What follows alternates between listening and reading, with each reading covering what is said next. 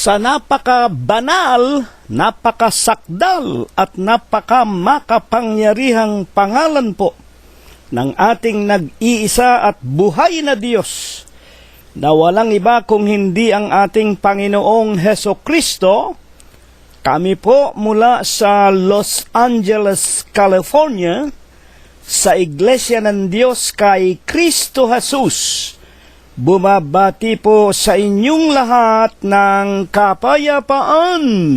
Tayo po mga kapatid ay magpapasimula na. Atin pong unang awitin ang 108 sa atin pong mga himnaryo. O Jesus, kaibigang tapat, aliw sa dusa ko't paggabag, ang buhay kong nawakawak, napabalik na kagyan. Jesus, kaibigan kong tapat, Jesus, tapat kong kaibanal na banal, lunas ng aming kasalahan tunay, aliw sa nalulumbay, pastor na naliligaw. Jesus kong kagaling, galingan, ano ang kakailanganin sa Diyos amang maawain? Anak niya'y sugo sa atin, kaligtas ay gayon din. Jesus, kaibigang magaling, Jesus, tapat kong kaibanal na banal, lunas ng aming kasalahan ng tunay, aliw sa nalulumbay, pastor ng naliligaw. Jesus kong kagaling, galingan, sasalungaing sanglibutan, bundok ng mga kasalanan. Hindi ka pababayaan na walang alinlangan. Jesus, sa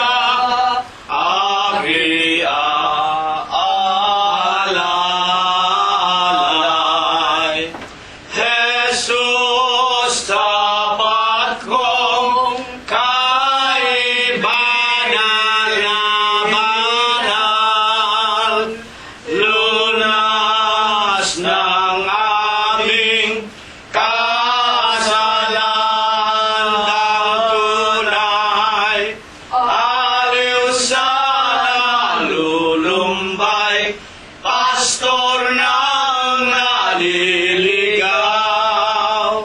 Jesus kong kagaling, galing.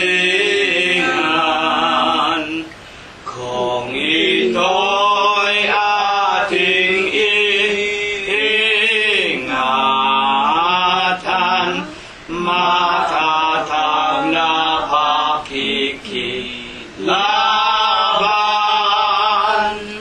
Umasa na ang tagumpay, ibibigay na tunay ni Jesus, mabuting kaibigan.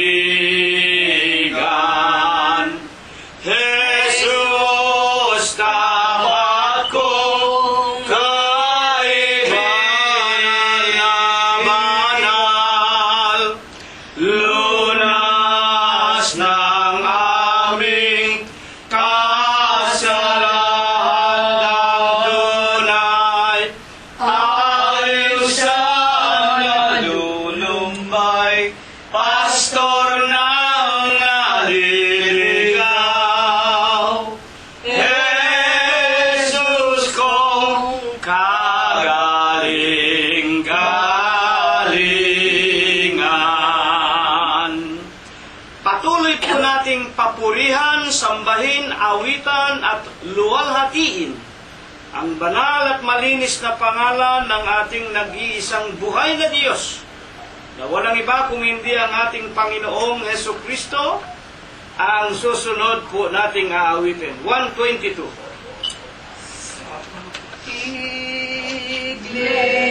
Iglesia'y Ibinigay ni Jesus ang Kanyang buhay sa krus ay napabayubay,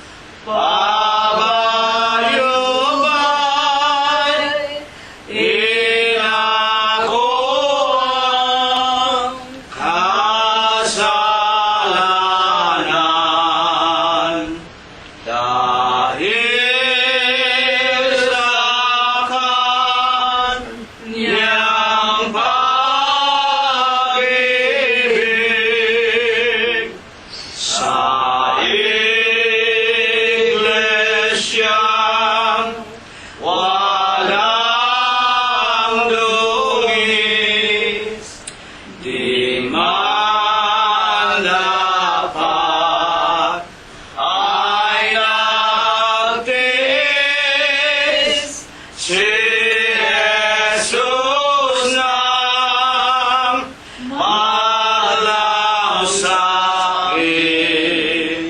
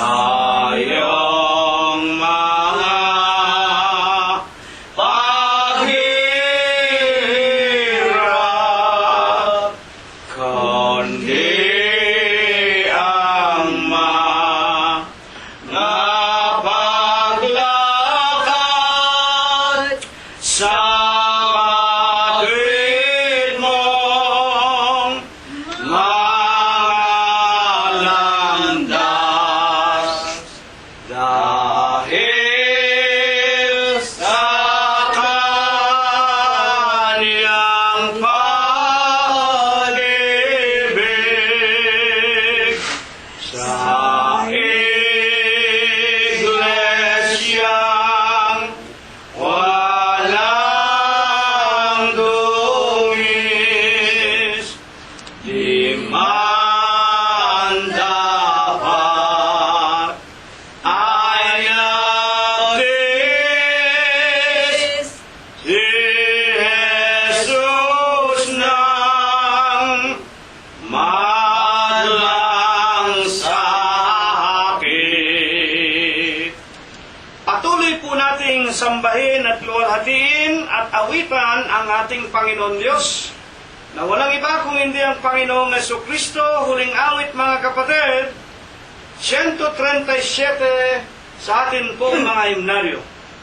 Iglesia ng Diyos kay Kristo Jesus na marangal ay itinuturo sa atin ang bagong tipan. Ito ang tanging daan ng ating kaligtasan, kaya atin ang pasukan.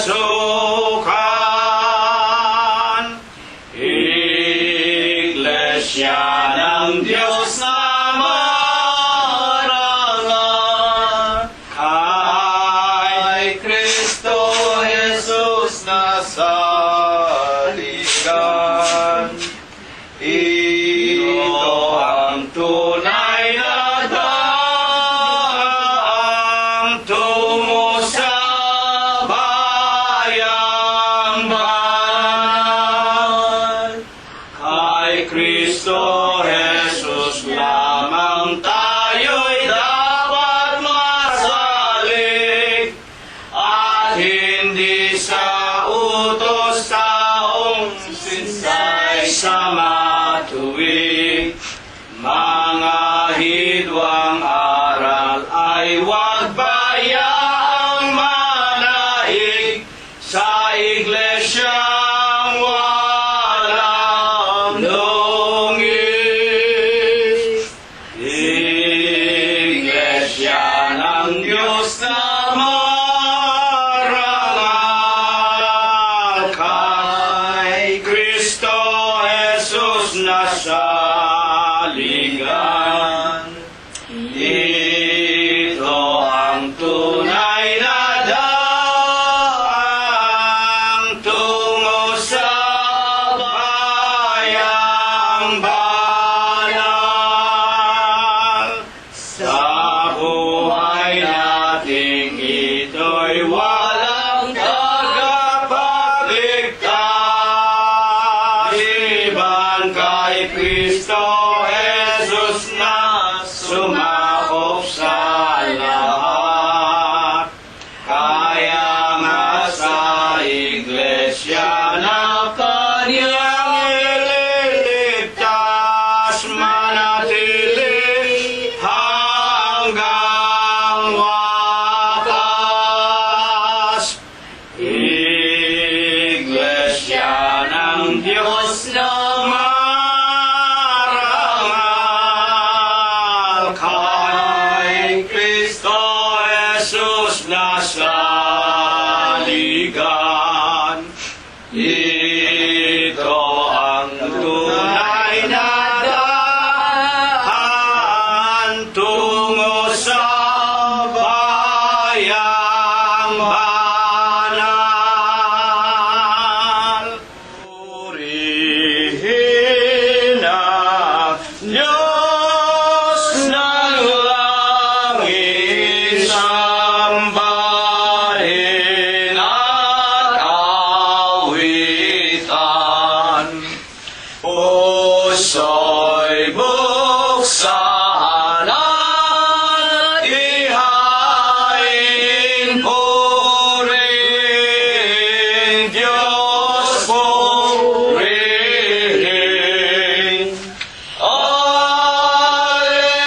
Alleluia,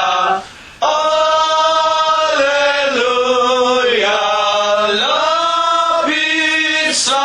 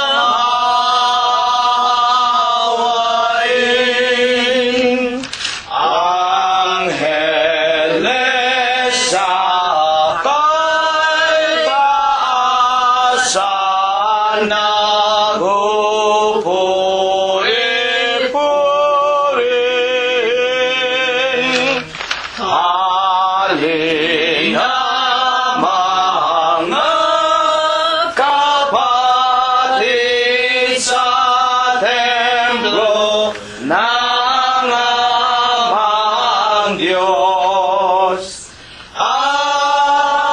Alleluia, Alleluia, Diyos purihin, purihin. Amen.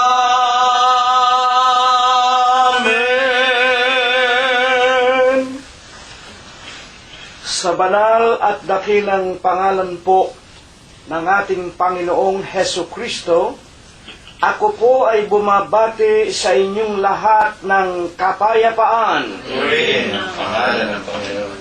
Purihin ninyo ang Panginoon. Purihin ninyo ang Panginoon mula sa mga langit.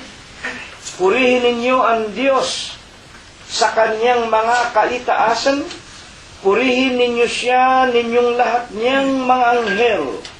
Purihin ninyo siya, buo niyang mga hukbo, mga hari sa lupa at lahat ng mga bayan, mga pangulo at lahat ng mga hukom sa lupa, mga binata at gayon din ng mga dalagang, mga matatanda at lahat ng mga bata. Purihin nila ang pangalan ng Panginoon, sapagkat ang kanyang pangalang mag-isa ay nabunyi, ang kanyang kalwalatian ay nasa itaas ng lupa at ng mga langit. Purihin natin ang pangalan ng Panginoon. Magsiawit tayo sa Diyos ng mga bagong awit at ng kanyang kapurihan sa kapisanan ng mga banal, sapagkat ang Diyos ay nalulugod sa kanyang bayan. Kanyang pagagandahin ang kaligtasan ng mga maaamo. Purihin natin ang pangalan ng Panginoon. Purihin natin ang Diyos sa kanyang santuaryo. Purihin natin siya sa langit ng kanyang kapangyarihan. Purihin natin ang Diyos dahil sa kanyang mga makapangyarihang gawa.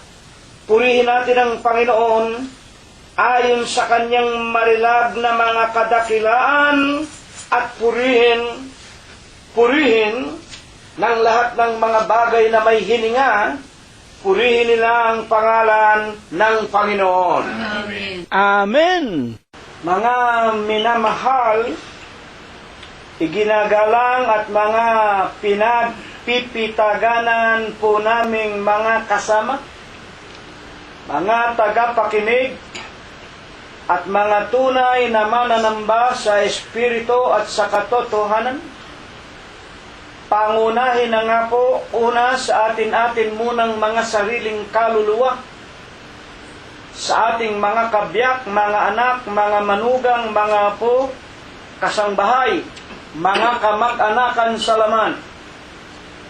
Huwag po nating kalilimutan, mga kapatid, ang pagliligtas po ay magpapasimula muna sa atin munang mga sarili at sa ating mga tahanan. Charity must always begins at home. Hindi ako naparito kung hindi upang hanapin ko ang mga nawawalang tupa sa bahay ni Israel. Nagkatawan tao po ang Panginoong Hesukristo, hindi po para sa lahat ng tao sa buong mundo. Taliwas sa inaakala ng maraming mga tao, akala ng marami sukat na ang pagkakatawan tao ng Panginoon at ang lahat ng tao ay nailigtas na sa kamatayan sa impyerno. Nagkakamali po tayo, mga kapatid. Itinuro sa atin ng Biblia, una niyang hinanap ang 12 angka ng Israel. Kaya siya nagtayo ng iglesia. Kaya niya tinawag ang 12 apostol para hanapin ang nawawalang mga tupa ng Diyos sa loob ng bansa ng Israel. At nang masumpungan na nga po ang nawawalang tupa na 144,000, Apokalipsis Kapitulo 7, versikulo 4, na sila po ay nabautismuhan Sa pangalan ng Ama, Diyos, ng Anak, Kristo Jesus, at ng Espiritu Santo, o ng Ebanghelyo ng Panginoon, sila po ay tinatakan ng pangalan ng Kordero at ng Amang Diyos. Kaya nga ang itinawag sa iglesia ay Iglesia ng Diyos kay Kristo Jesus sa Apokalipsis 14:1. At nang matagpuan na ang 144,000 sa angkan ng Israel, isinugo ng Panginoong Hesukristo ang lalaking si Apostol Pablo, sapagkat nang dahil nga po ipinagkanulo ng kanyang sariling bayan ang Panginoon at ipinapako sa krus, at hiniling kay Pilato na pakawalan si Barabas at ipako sa krus ang Kristo, ang pag-ibig at ang pagliligtas ng Diyos ibinaling ng Diyos sa mga hentil na mga kamukha natin. Kaya nga po tayo, bagaman mga Filipino, ang iba sa atin mga Inche, Koreano, kung ano-ano pa man, ngunit sila man nakarinig ng katotohanan ito at tinanggap ang pangalan ng Ama, Anak at Espiritu Santo. Mga kapatid at mga magulang, kung kayo nga ay na kay Kristo Jesus, Galatias 3:29, kayo nga ang mga binhi, mga anak ni Abraham. Hindi na po sa laman, hindi tayo mga Hudyo sa laman, hindi tayo mga Israelita sa laman. Kayo nga ay mga binhi ni Abraham. Tayo po ay mga anak ni Abraham sa Espiritu at mga tagapagmana ayon sa pangako. Tayong mga hentil, pinalad na mapabilang doon po sa tinatawag na mga tupa ng Diyos, na tayo po ay binanal ng kanyang sariling dugo sa bundok ng Kalbaryo. Hindi tayo binanal ng dugo ng mga hayop. Binanal tayo ng dugo ng Panginoong Hesukristo. At tayo pong lahat ay mga magkakapatid sa banal na iglesia. Sa umaga pong ito, pinakananasa ng Ama na masumpungan tayong muli.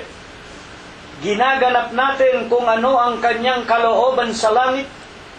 Ito ang ating papaghahariin sa atin dito sa lupa. Kalooban ng Ama. Huwag nating kalilimutan ang mga pagkakatipon. Hebreo 10:25. Lalo na nga kung nakikita natin na malapit na ang ikalawang pagparito. Sa ating mga magkakapatid na magkakatabi ang tahanan dito sa Los Angeles, magkakatipon tayo tuwing unang araw ng sanglinggo sa bahay-sambahan. Datapwat sa ating mga kaibigan at ibang mga kapatiran at mga minamahal sa buhay, kahit na po kayo nasa Saudi Arabia, naroon sa Europa, ang marami sa inyo nasa Canada, ang iba'y nasa Pilipinas pa, nasa Hong Kong, ang iba nating mga kapatiran, hindi po magiging subyang, hindi magiging hadlang upang hindi tayo magkatipon-tipon sa Espiritu. Kaya nga po, pinalago na ng Diyos ang karunungan. Daniel, Kapitulo 12 at versikulo 4. Tatakan mo ang aklat, Daniel. Isarado mo na. Sa huling kapanahunan, lalago ang karunungan. Pinalago ng Diyos ang karunungan. Sa huling araw na ito, meron na tayong internet. Kahit na kayo nasa bundok, kahit na kayo nasa gitna ng dagat, kahit na kayo nasa mga syudad, sa mga probinsya, sa mga laot, sa mga gubat, lalo na ngayon, sa paglago ng karunungan, pati yung mga telepono, pati yung cellphone, pati yung iPad, makakapasok kayo sa Facebook, makakasama namin kayo sa paglilingkod. Ang Iglesia ng Diyos nasa Facebook, nasa YouTube, nasa internet. Wala na tayong idadahilan upang hindi tayo magkatipon sa Espiritu. Sa umagang ito, ihanda na po natin ang ating mga puso, isipan at mga kaluluwa. Magpapasimula na tayo Awitan muna natin muli ang ating Amang Diyos ng isang maiklit may spiritong awitin. Numero 26, unang estrofa at koro. Pagkatapos po, maninikluhod tayo sa pangalan ng ating Panginoong Hesus Kristo. Tatayo tayong sumandali at aawit muna mga ginigiliw po naming mga kapatid. O Kristo Jesus, nalubhang mahabagin sa iyo kami dumadalangin.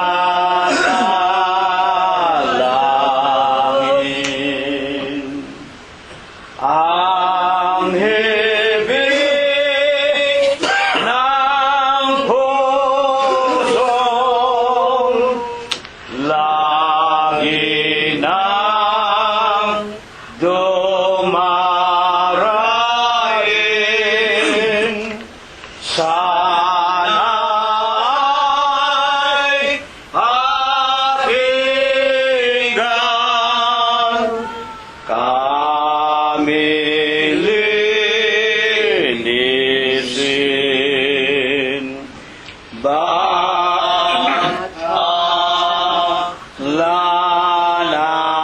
Naming Jesus, dinggin ang aming duhog. Pusong dumudulog at panay lubos.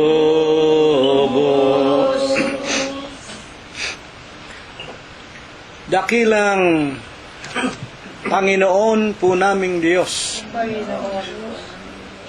Amang banal na lubha ka pong kagalang-galang. Ikaw po ay Diyos na sadya ka pong kapita-pitagan. Nag-iisa ka pong Diyos na buhay. Ikaw po ang may-ari. Ikaw po ang lumalang ng lahat ng mga bagay. Ang Diyos na pinakamakapangyarihan ka po sa lahat. Ama na sakbibika sa iyong pag-ibig, sagana ka po sa kagandahan ng iyong kalooban, napakadakila mo po sa iyong mga pagbibiyaya, datapwat ikaw po ay Diyos, napakabanayad mo po sa iyong mga kagalitan. Amang banal na ikaw ang nag-iisang buhay na Diyos, na tumawag at pinaglingkuran ni Abraham, ni Isaac, ni Jacob, ng iyong mga propeta sa iyong bansang Israel, na ikaw rin po ang nahabag at tumawag sa aming mga magulang. Kanila ka pong pinaglingkuran at pinagtapatan ng kanilang mga buong puso, buong pag-iisip, ng kanilang buong buhay, hanggang kanilang mga kamatayan. Panginoon, sa napakamalinis sakdal na pangalan mo pong Kristo Jesus, masusulyapan mo po muli kaming lahat. Una po sa silong nitong iyong dampang tahanan, itinitiklo po namin ang aming mga tuhod, at kami po ay sama-samang muling nangagpailang lang sa iyong banal na kaitaasan ng mga pag-aawitan. Nalalaman namin hindi po magandang pakinggan ang aming mga tinig, ngunit nanggaling po sa kaibuturan ng aming mga puso. Ipinailang lang at inihahandog namin sa iyong banal at napakamalinis mo pong pangalang Kristo Jesus. Sinasampalatayanan po namin, tinatanggap mo, Ama, na katulad po sa isang masarap na samyo sa iyong banal na harapan.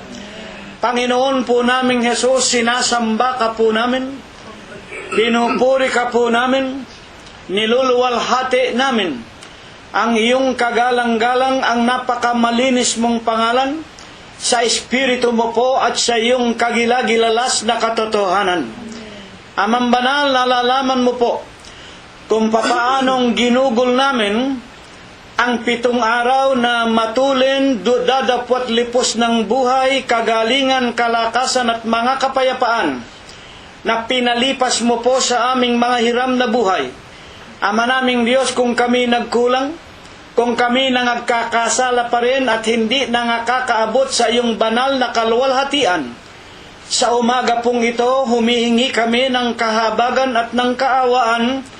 Huwag nawang maging dahilan upang hindi mo po muli pakainin ang aming mga kaluluwa ng iyong mga banal at dalisay na aral. Ama naming Diyos, patawarin mo po kaming lahat sa amin pong mga nagawang kasalanan. Ama, salamat po. Wala kang binawian ng buhay sa sino man sa amin. Pinananatili mo pa ang aming kagalingan at kalakasan. Sa araw-araw, nagpaparanas ka po sa amin. Nilulutas mo rin ang aming mga suliraning pangkabuhayan at pinagbubuksan mo pa rin kami ng mga magagandang pintuan ng mga kapalaran. Ama, maraming salamat sa iyo. Hindi lamang kami sa aming sangbahayan, kami na kanilang mga magulang, ang iyong iningatan, pinatnubayan at biniyayaan ng mga buhay at kalakasan. Salamat po ang amin mang mga anak, mga manugang, mga apo't kamag-anakan sa laman. Hindi mo rin po sila pinababayaan, katulad po ng aming mga anak ni kapatid na Rosita, si Emmanuel, si Bobby, si Noel, si Ruth at si Joel. Gayon din po si Teofilo, si Rosemary, si Flor, si Irene, si Cheche at si Malu. Maging ang lahat ng aming mga apo, si JC, si BJ, JR at John Matthew, Paul Noren at Sarah, Micah, Laika, Joshua, Rebecca at Kay, at ang aming mga kapatiran sa laman. Gayon din po tulad ni Ekspektasyon, ni Prospero, ni Felicidad, ni Dolor, ni Eliezer at ni Neftali, ni Fe at ni Lolita. Aman Diyos, maraming salamat. 10 ng lahat ng mga kaibigang sa araw-araw patuloy mong idinaragdag sa amin, na nakikipag-aral at nakikinig ng iyong mga salita at palatuntunan. 10 ng kanilang mga asawa at mga anak at mga sangbahayan, wala ka pong pinabayaan sa kanilang lahat. Maraming salamat po, Ama naming Diyos, at hindi rin namin nalilimutan ang maraming aming mga minamahal sa buhay na nangingibang bansa't nangingibang bayan sa paghanap ng kakainin sa araw-araw, at katulad po ni Prospero Jr., ni Chuchay, ni Pinky at ni Philip, ni Enrico, ni Abner, ni David at ni Daniel Valencia, ni Shannon at Analira, ni Veyan Guanson, ni Jacob. Gayon din, Ama naming Diyos, higit na nga po ni Lolita, ni Susan, ni Lenlen, ni Jingjing, ni Fe at Adora Kilo, Pido at Victoria Malangkes, si Rosemary at si Flor. Maraming salamat, Panginoon Diyos. Dinirinig mo ang aming mga samot, mga panalangin patungkol sa kanila. Sila pong lahat ay patuloy mong inilalayo sa mga biglang kamatay at mabibigat na karamdaman, sa kamay ng hostisya at sa lahat po ng mga taong tampalasan. Ama naming Diyos, kami po ay lumuluhog sa iyo, na sa umaga pong ito, dinggin mo nawang muli ang aming mga pananalangin. Panginoon Diyos, maawat mahabag ka, na sana po'y pakainin mo po kaming muli. Kami po'y nauuhaw, kami nagugutom. Amin pong hinihintay na kami muli mong turuan. Kasangkapanin mo lamang ang iyong hamak at wala mong kakabukabuluhang alipin. Banalin mo po ang kanyang puso, linisin mo po ang kanyang kalooban, at itulot mong kung dumating sa amin ang kanyang tinig, langkapan mo nawa ng bisat kapangyarihan, makasawata ng aming masasamang mga kalikasan, at magamit naming tulad sa ilawang nagniningning sa araw-araw naming pamumuhay dito sa napakadilim at napakamandarayang sanglibutan. Ama naming Diyos, habang kami nakikinig, hipuin mo po ang bawat isa sa amin. Palakasin mo po ang aming mga pananampalataya at ang maraming pinasapitan mo ng sari-saring suliranin at mga karamdaman sa lupang katawan. Pagalingin mo po sana, Ama, at patawarin sa kanilang mga pagkakamali sa iyo. At sana, Ama naming Diyos, sa umagang ito, papaghariin mo po sa aming lahat na kung sino man sa amin ang patuloy ng tumatanda. Una na nga ang iyong alipin, patuloy na po kaming nanghihina at nalalaman naming malapit na rin ang araw ng aming pagtulog sa aming mga libingan. Dagdagan mo pa sana kami ng kagaling at kalakasan ng maraming mga araw, ng maraming mga taon upang makapaglingkod sa iyo ng buong puso, buong pag-iisip at ng aming buong buhay. Ama, maawa ka sa iyong alipin, gayon din po sa aking kabiyak kay kapatid na Rosita, kay kapatid na Prospero, kay kapatid na Glenda. Kahabagan mo tulungan si kapatid na Concepcion Tenedero na siya ng pinakamatanda sa amin. Gayon din po si Floro, si Robert at Mercedita, si Olivia at si Mirna, at si kapatid na Rogelio at si kapatid na Expectacion Valencia. Ama naming Diyos, kami nananalig. Kami sumasampalatayang dinirinig mo po ang aming mga hamak na mga samot, mga pananalangin sa iyo. At ikaw po ang nagtuturo sa amin. Ikaw ang nagbigay sa amin ng pagkaunawa at pananampalataya. Sa sanglibutan marami kaming kapighatian. Dadapwat ang anumang hilingin namin sa iyong pangalang Kristo Jesus. Ito ang iyong pakikinggan sa langit. Ito ang iyong diringgin. Ito ang ipagkakaloob mo't gagawin sa amin. 10 ng mga bagay na hindi na nasambitla ng iyong hamak na lingkod. Ama naming Diyos, ipinakikiusap namin sa tanging pangalan mo pong Kristo Jesus, magmula po ngayon at magpakailanman. Amen. Ngayon sa araw po ng linggong ito, mga kapatid, kunin na po natin ang ating mga Biblia sa ating mga tahanan. Napakagaganda po. Ibig kong malaman natin na habang tayo nakikinig ng mga aral na ito, niluluwalhati tayo ng Diyos. Na ang ibig lamang sabihin, binabanal tayo. Nililinis yung ating masasamang mga pagkatao. Sa 15:3 ng San Juan, kayo ay malilinis na sa mga salita na sa inyo ay aking sinasalita. At sa San Juan, sa 6:63, ang mga salita na sinasalita ko sa inyo ang wika ng Panginoon, pawang espiritu at pawang buhay. Kaya tayo luluwalhatiin. Ang ibig sabihin, babanalin, lilinisin, at kung maluwalhati na tayo, nakakalugod tayo sa Kanya, at kung nakakalugod tayo, mga kapatid, tinitiyak sa atin, makakatulad tayo ni Enoch. Si Enoch, lumakad na kasama ang Diyos, nakalugod sa Diyos. Hindi na siya nakita, tinangay na sa langit.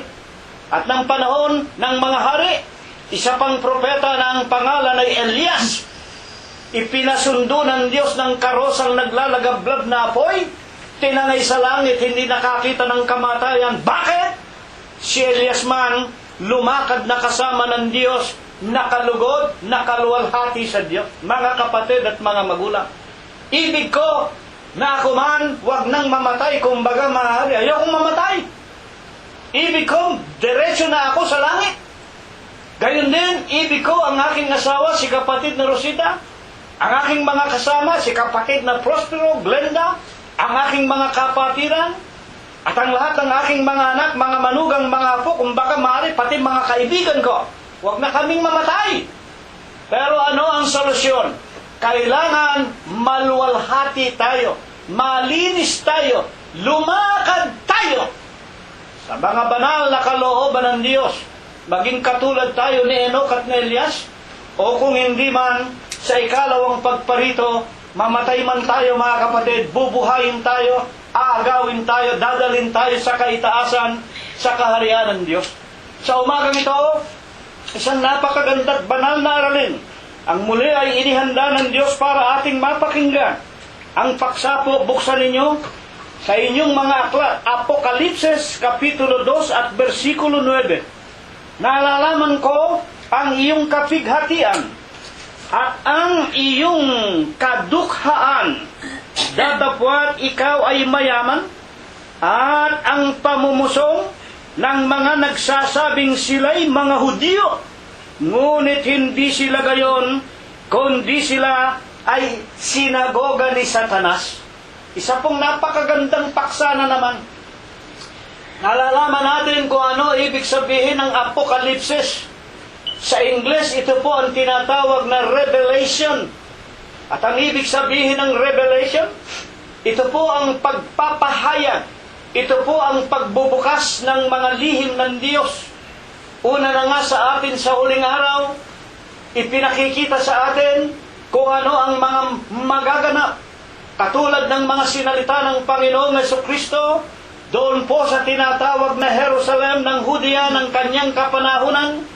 Kung ating natatandaan pa, sa Mateo 24, ang lahat ng mga talata roon ay nagbubunyag ng mga bagay na mangyayari sa balat ng lupa. Natatandaan natin nang sila'y makalabas ng templo ng Jerusalem, mga kapatid, itinuro ni Pedro, Apostol Pedro sa Panginoon, masdan mo at napakaganda ng taluktok ng templo ng Jerusalem. Tignan mo ang mga bato nito, ang gaganda. Mga kapatid, tumingin ang Panginoong Jesucristo at sinabi sa kanila, katotohanan sinasabi ko sa inyo, walang bato sa ibabaw ng kapwa bato na hindi ibabagsak. At dito, naunawaan ng mga apostol na merong ipinakikilala na kagibaan ng templo. Mawawasak, mga kapatid, ang tinatawag na templo at ang matataas na mga dako. At nang ito'y kanilang maunawaan, palihim na tinanong nila ang Panginoong Jesucristo na sinasabi, sabihin mo sa amin kung kailan mga gaganap ang iyong sinasabing pagkagiba at mga pagbaksak ng mga bato o ang katapusan ng sanglibutan. Ang unang-unang nga pong palatandaan, sinabi ng ating Panginoong Jesucristo, magsipag-ingat kayo na huwag kayong mailigaw ninuman, sapagkat marami, 24:5 ng San Mateo, sapagkat marami ang sa inyo'y paririto, magsasabing ako ang Kristo, nasa amin ang Kristo, nariyan ang Kristo, naroon ang Kristo, at ang iba naman nagsasabi, darating na raw ang Kristo, 2001, huwag kayong magsipaniwala. Ililigaw nila ang marami, kumbaga maaari pati kayo, ililigaw. Nino? Ng mga nagpapanggap na Kristo, mga bulaang Kristo. Ayan nga po ang unang palatandaan. At pagkatapos, yung tinatawag na mga digmaan. Pagkatapos po, ang mga iba't ibang mga pagpaparanas ng Diyos, ng mga iba't ibang sigwada ng panahon, na ang wika ng Panginoon, ito na ang pasimula ng kahirapan. At yan po'y nalalaman na nating lahat, mga kapatid at mga magulang. Kaya nga dito sa ating paksa, sa pagpapahayag na ito, sa 2:9, nalalaman ko ang iyong kapighatian.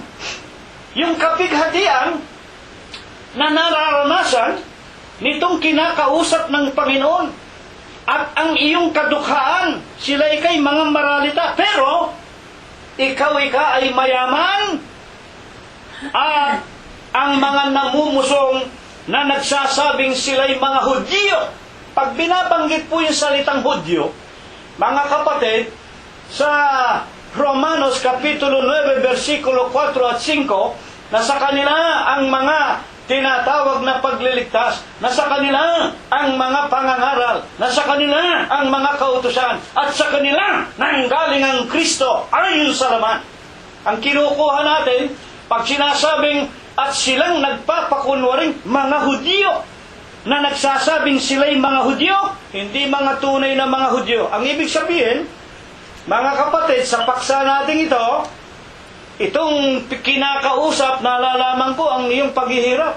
Nalalaman ko ang iyong kapighatian.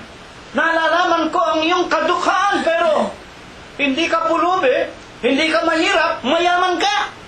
At ang mga namumusong, ayan, makinig kayo mabuti, at ang mga namumusong sa iyo na nagsasabing sila'y mga Hudyo, Na ang ibig sabihin, nagsasabing sila ay mga galing sa Diyos, mga anak ng Diyos, nagsasabing nasa kanila ang Diyos. Ang ibig lang ipakilala, mga bulaang Kristo, hindi sila tunay na mga Hudyo. Sila ay sinagoga ni Satanas. Kaya meron pong pag-aaral dito, mga kapatid at minamahal na mga magulang. Ngayon, kanino po baga lamang sinasalita ng Panginoong Hesukristo ang paksa po nating ito? Ito po bagay patungkol sa lahat ng Kristiyano. Kasi unahin mo na yung mga Protestante, just believe in Christ, just be a Christian, and thou shall be saved. Hindi na ikaw mahalaga yung pangalan ng iglesia. Hindi na ikaw mahalaga, mga kapatid, ang iyong kinaroroonan na relihiyon. Kahit na anong relihiyon mo, just believe in Christ and you shall be saved. Akala nila, sila'y nasasakop dito sa paksang ito. Mga tagapakinig po namin. Kaya kailangan ito po ay ating pag-aralan. At dito po, merong kinakausap Meron pong sinasabi ang Diyos dito na ang wika niya nalalaman ko ang kapighatian mo. Ano ba ibig sabihin ng kapighatian? Nasa paghihirap, naroon sa kalumbayan, nasa tinatawag na sari-saring mga kalungkutan. Nalalaman ko ang iyong kapighatian. At ano pa? Ang iyong kahirapan. Mga kapatid, ang kadukhaan mo. Pero ano sabi? Pero ikaw ay mayaman. Ito ba'y para sa lahat ng relihiyon? Ang mga apostolika, katolika, romana ba'y mahihirap? Yung simbahang katoliko ba ay mahirap na iglesia? Yung mga protestante ba, na ang mga obispo may private army, may private jet, may mga mansion sa iba't ibang malalaking bansa, ang mga anak nag-aaral sa mamahaling mga kuleyo? Sila ba ang pinatutungkulan ito? Nalalaman ko ang kapighatian mo. Nalalaman ko, ikaw ay mahirap. Mahirap ba ang mga protestante? In general, mga kapatid, makinig kayong mabuti. Ito po'y sa sentido general kung ang pag-uusapan ng tinatawag na relihiyon. Kaya nga, dito matitiyak natin, mga kapatid at mga magulang, hindi ito, ang talatang ito, hindi para sa lahat ng iglesia o sa lahat ng relihiyon. Kitang-kita mo na ang sinasabi ng Biblia. Nalalaman ko ang iyong kapighatian. Lagi kang pinipighati. Nalalaman ko na ikaw ay mahirap. Mga kapatid, pero sa paningin ng Diyos, ikaw ang mayaman. Masasabi bang mahirap yung mga iglesia ng tao, lalaki ng katedral?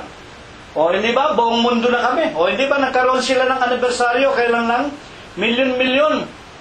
Mga maharlikang mga tao ang sumama sa kanila doon sa ginawa nilang napakalaking stadium sa buong mundo, ang wika nila.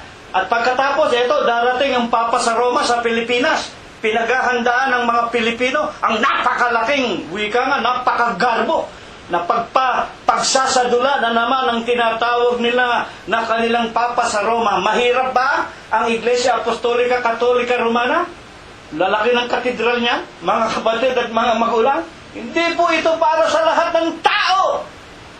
Lalong hindi sa mga nagsasabing sila'y mga Kristiyano. Sapagkat Mateo 7:21, hindi ang lahat ng tumatawag sa akin, Panginoon, Panginoon, papasok sa kaharian ng Ama. Napakaliwanag po. Not all that call it Lord, Lord unto me shall enter the kingdom of my Father in heaven. Sa mga duwid, mga magulang, kung gayon, sino ang pinatutungkulan nitong ating paksa? Apokalipsis 1:1. Ang Apokalipsis ni Hesukristo na ibinigay ng Diyos sa Kanya upang ipahayag sa Kanyang mga alipin. Ang Apokalipsis ni Hesukristo. Ang Apokalipsis, ang may-ari ang Panginoong Hesukristo. Ibinigay ng Diyos sa Kanya, mga kapatid, upang ipahayag sa Kanyang mga alipin. Ang Apokalipsis ni Hesukristo, ibinigay sa Kanya. Yung Apokalipsis, may pinagbigyan. Mga kapatid, ibinigay sa Kanya. Ano ang gagawin ng pinagbigyan? Upang ipahayag ang alin? Ang Kanyang mga salita sa kanyang mga alipin. Sino sila? Sa makatwid. Alin ang ituturo sa kanila? Sa makatwid ang mga bagay na nararapat mangyaring madali at kanyang ipinaalam sa pamamagitan ng kanyang anghel sa kanyang alipin. Sino? Si Juan. Si Apostol Juan.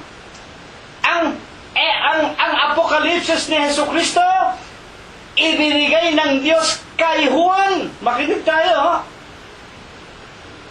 Ang Apokalipsis ni Jesucristo ibinigay ng Diyos kay Juan para ipaalam ang alin, ang mga bagay na kinakailangang mangyaring madali.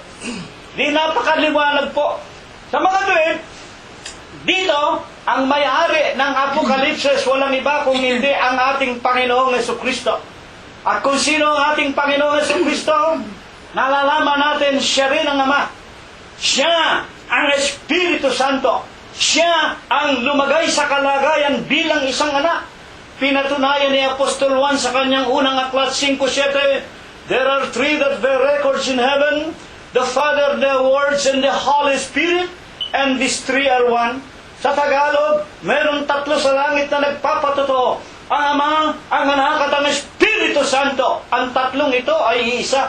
Kaya nga, siya ang may-ari ng Apokalipsis. Siya, mga kapatid, ang nagbigay nito kay Apostol Juan sa pulo ng Patmos nang siya po ay ipatapon ng Imperyo ng Roma.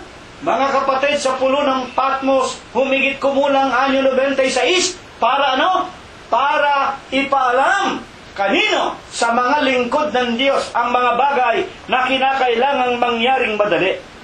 Kaya nga, bilang pagpapatuloy ng ating pag-aaral, noon pong anyo 96, humigit kumulang, nang ito po ay ipasulat kay Juan sa pulo ng Patmos, sino-sino po baga ang mga alipin na tinutukoy sa ating paksa? Sapagkat ang wika, babasahin ko pong muli ang Apokalipsis ni Jesucristo, uno-uno, Apokalipsis, na ibinigay ng Diyos sa Kanya upang ipahayag sa Kanyang mga alipin. Sa mga tuwid, yung Apokalipsis, ang magpapaliwanag, ang magbibigay ng niloloob o nilalaman noon o mga salita ng Panginoong Jesucristo na mangyayaring madali, ipaaabot ni Apostol Juan sa mga alipin. Sino ba yung tinutukoy ng mga alipin? Anyo 96, humigit kumulang. Basahin po natin. 1-2, na sumasaksi sa salita ng Diyos at sa patotoo ni Jesucristo sa lahat ng mga bagay na nakita niya. Nakita ni Apostol Juan. Makinig tayo mga kapatid, oh. Dito ang pinag-uusapan natin, isang tao lang. Si Apostol Juan. Nakabilanggo sa pulo ng Patmos. Ang Apokalipsis ng Panginoong Jesucristo na naglalaman ng mga hula ng mga bagay na mangyayaring madali, ipinadala ng Panginoong Jesucristo sa pamamagitan ng isang anghel kay Apostol Juan. At ang wika sa kanya, ipahayag mo sa aking mga alipin. Sino-sino nga bagay yung mga alipin na yon? Ipagpatuloy natin, mga kapatid, na sumasaksi sa salita ng Diyos at sa patotoo ni Jesucristo sa lahat ng mga bagay na nakita niya. 1-3, mapalad ang bumabasa, ang mga nangakikinig ng mga salita ng hula, tumutupad ng mga bagay na nangasusulat doon, sapagkat ang panahon ay malapit na. 1:4 ng Apokalipsis din. Si Juan, eto na. Sino ba yung mga alipin na tinutukoy dito ng Biblia? Dito ba'y mababasa mo ang mga alipin, Iglesia Apostolika, Katolika, Romana? Dito ba'y mababasa mo ang iba't ibang relihiyon na itinayo ng mga tao? O sabihin na natin, lumayo tayo ng konti, wag ng Kristyanismo. Dito ba'y kasama yung tinatawag na Buddha? Yung mga Buddhist?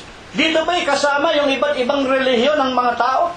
Kung sa bagay nalalaman natin, ito'y napasulat anyo 96. Pero yung tinatawag na sa maniwala kay sa hindi, yung Buddhism, matagal na pong merong Buddha. Nung araw pa po, bago pang Panginoong Jesucristo. If I'm not mistaken, even 500 years before Christ, there is already Buddhism in India and in the Far East, mga kapatid at mga magulang.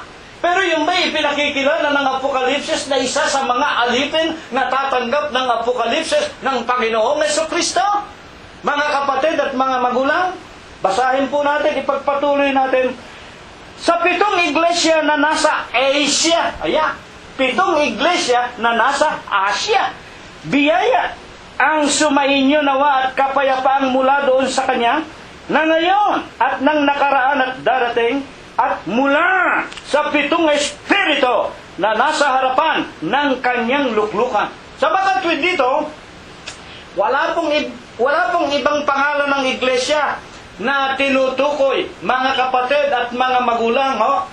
Hindi kasama yung iba't ibang iglesia na itinayo ng mga tao. At ibig kong malaman ninyo na ang simbahang Katoliko, ito po'y nagpasimula humigit kumulang 523 anyo Domini, panahon ni Constantino. Kung natatandaan ninyo ang kasaysayan ng pagbangon ng simbahang Katoliko at ng papismo o ng mga tinatawag ng mga papa sa Roma, mga tagapakinig. At ang mga iglesia protestante naman, ito po'y nagpasimula 1520, humigit kumulang halos kasabay ng pagkatuklas ng mga taga-Espanya sa Pilipinas sa pamamagitan ng nabigador na si Magallanes, 1521, Marso 21, mga kapatid, sa Cebu o sa Mactan Island, natuklasan ng Pilipinas. Pero bago pa natuklasan ng Pilipinas, halos ilang buwan lamang, doon po sa Alemanya, isang lalaki na tinatawag na Martin Lutero, iniladlad niya sa pintuan ng University of Wittenberg ang 75 mga kasamaan ng simbahang Katoliko at ng mga papa sa Roma. Mga kapatid, doon nagpasimula ang tinatawag na Protestantismo, na kung liliwanagin lamang, lumaban sila sa prinsipyo ng simbahang Katoliko, nilabanan nila ang karahasan at kasamaan at mga kalaswaan na ginagawa ng mga papa sa Roma sa simbahang Katoliko. Ngunit ang ating pinag-uusapan, meron ikang 7 iglesia na nasa Asia. Ito ika, makinig tayo mga kapatid, ito ika ang mga alipin ng ating Panginoong Jesucristo. Sa kanila po itinatalaga ang Apokalipsis. Noong panahong yun, anyo 96, ipinasulat ng Diyos, ipinakita sa pangitain, ipinasulat sa aklat at sinabing ipadala sa 7 iglesia na nasa Asia. Alin ba ang mga pangalan ng 7 iglesia nito? Makinig tayong mabuti, sa ngayon po, sa kasaysayan, sa Apokalipsis din, ito ang iglesia sa Efeso. Mga kapatid at mga magulang, iglesia sa Esmirna, iglesia sa Pergamo, Tiatira, Sardis, Philadelphia at Laodicea. Sa makatwili ka, kapatid na Cirilo, sa makatwid pala ay 7 pala ang iglesia. Kaya nga itong aralin na ito ay binangon sa atin ng Diyos. Sa katotohanan po, lalo na nga po yung mga protestante. Merong mga protestante, ang pangalan ng iglesia nila, Church of Ephesians, Church of Smyrnians, Church of Philadelphian, Church of Laodicea. Kaya napakaraming iglesia.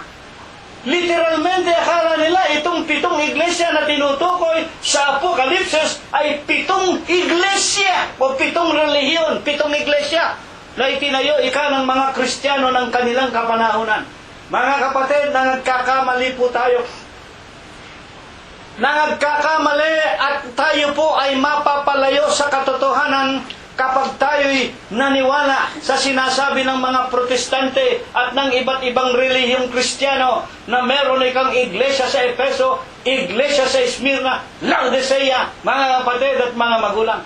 Ibig ko na ating maunawaan na sa pulpa ng kapanahunan ng lalaking si Apostol Pablo, sa aklat po ng mga gawa, sa kanya pong tinatawag na kasaysayan ng tawagin si Apostol Pablo habang pinag-uusig niya ang Iglesia ng Diyos. Sa Aklat ng Mga Gawa, Kapitulo 8, versikulo 1, kung bubuksan ninyo ang inyong mga banal na kasulatan, si Pablo po sumang-ayon sapagkat isa siya sa may hawak ng mandamiento de arresto para paghuhulihin at pagpapatayin at ibilanggo ang mga lalaki at mga babae na mga iglesia ng Diyos kay Kristo Jesus. At ang unang napatay nila, ang lalaking diakono na ang pangalan ay Esteban,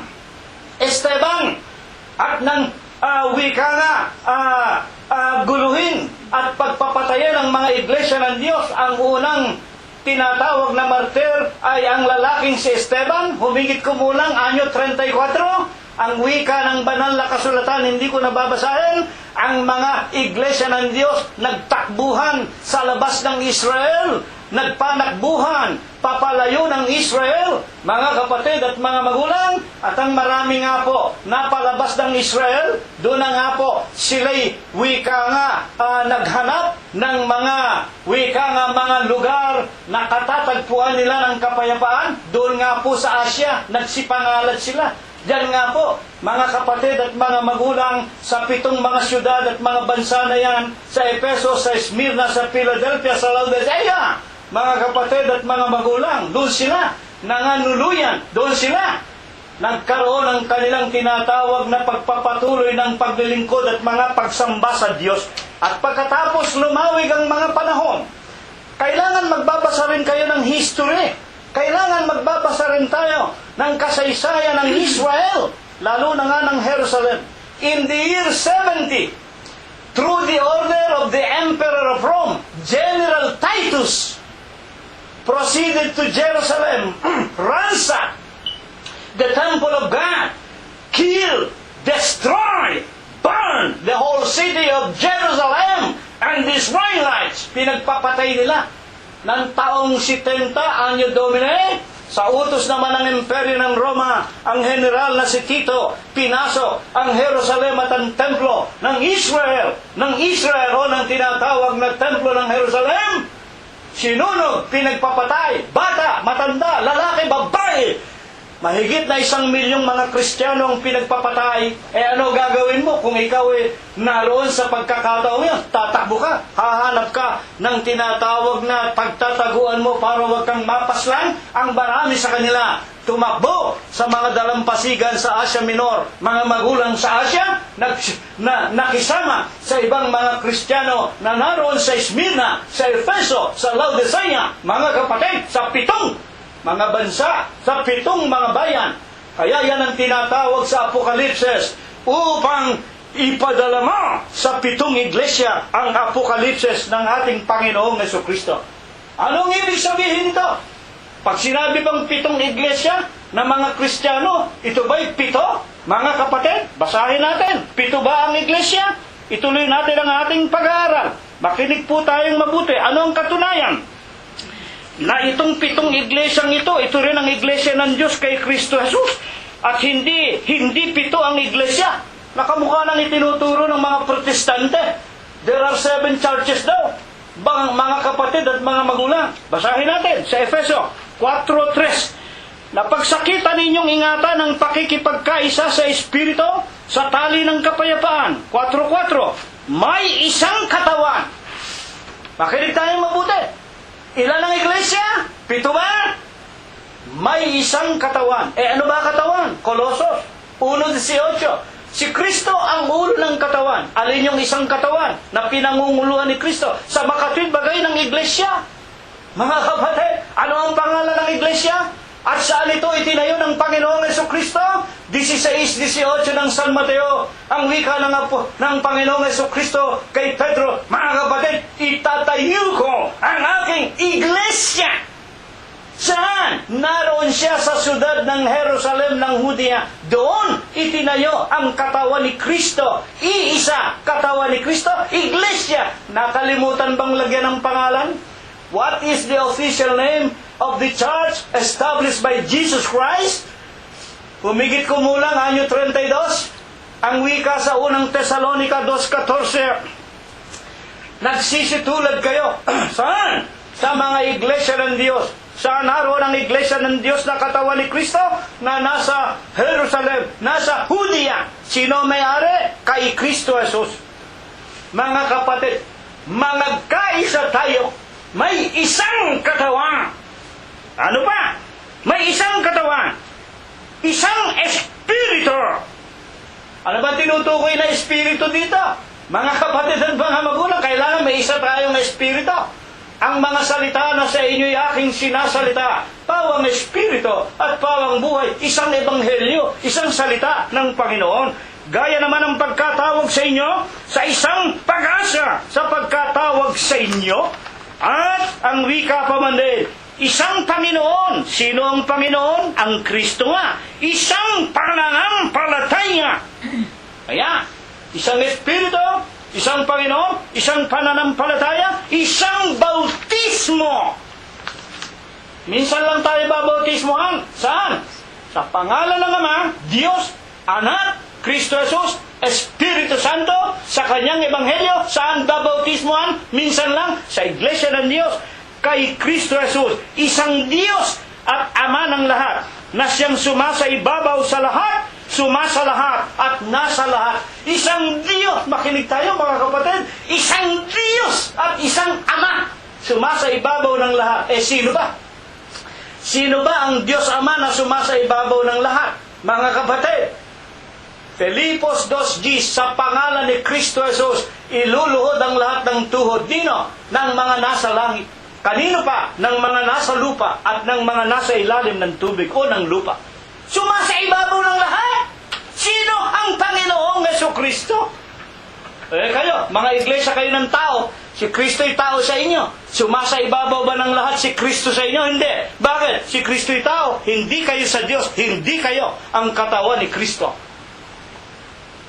Ba kailangan mag-aaral kayo, mga kapatid? Kailangan matutuhan natin ito. Walang pinakamahalaga kung hindi ang kaluluwa. Napakahalaga ng kaluluwa ko.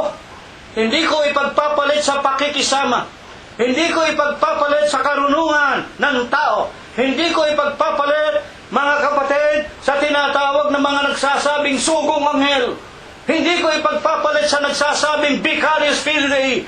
Hindi ako magpapailalim sa kanino mang mga tao. Bakit? Ang kaluluwa ko napakahalaga. Ayokong matapon sa impyerno. At ito ang pag-ibig ko sa inyong lahat. Ituro sa inyo, ipangaral sa inyo, ang napakinggan ko sa Apokalipsis, pinag-aaralan natin ngayon, merong pahayag, mga kapatid, na ibinigay kay Juan sa 7 iglesia. Alin yung 7 iglesia? Iglesia ng Diyos kay Kristo Jesus. Nagpanakbuhan lamang. Kaya nagsipagtago, pinag-uusig sila sa Israel na kanilang sariling bayan. Naintindihan ba ninyo, mga kapatid? Wala pong 7 iglesia, iisa ang iglesia. Yung binabanggit ng mga pangalan dito, Esmirna, Efeso, Laodicea, pangalan ng mga bayan yun na kanilang pinagtaguan. Mga kapatid, yan ang pinakalundo ng ating pag-aaral. Ngayon, bilang mga katapusang pagtatanong sa atin, mga kapatid, alin-alin po ba naman? Eto na, sinabi ng ating paksa, nalalaman ko ang iyong kapighatian, nalalaman ko ang iyong kadukhaan. Alin-alin po ba naman? Ang kadukhaan at kapighatian na nangararanasan at mga tinitiis ng mga tunay na alipin ng Panginoong Hesukristo. Ano ba yung mga tiniis nila ng kanilang panahon? Humigit kumulang anyo 96 doon sa Asia. Ano ba ang mga tiniis ng mga iglesia ng Diyos kay Kristo Jesus? Mga Kristiyano na nasa Efeso, nasa Esmirna, nasa Pergamo, nasa Tiatira, nasa Sardis, Philadelphia at Laodicea. Ano bang pinagtitiisan nila ng mga kapanahunang yaon? Buksan natin. 2 Korinto 11:20. Sapagkat inyong pinagtitiisan ang sinuman.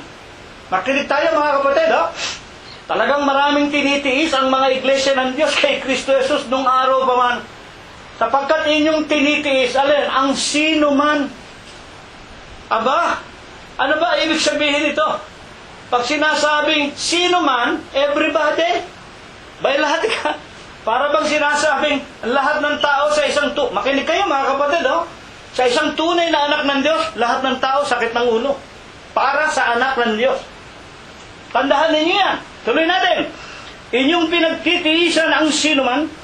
Bakit at paano? Kung kayo'y inaalipin. Ay, yung mga sinuman na yun, minamaliit ang mga iglesia ng Diyos eh. Ay, dito lang nakikita namin sa aming kapaligiran eh.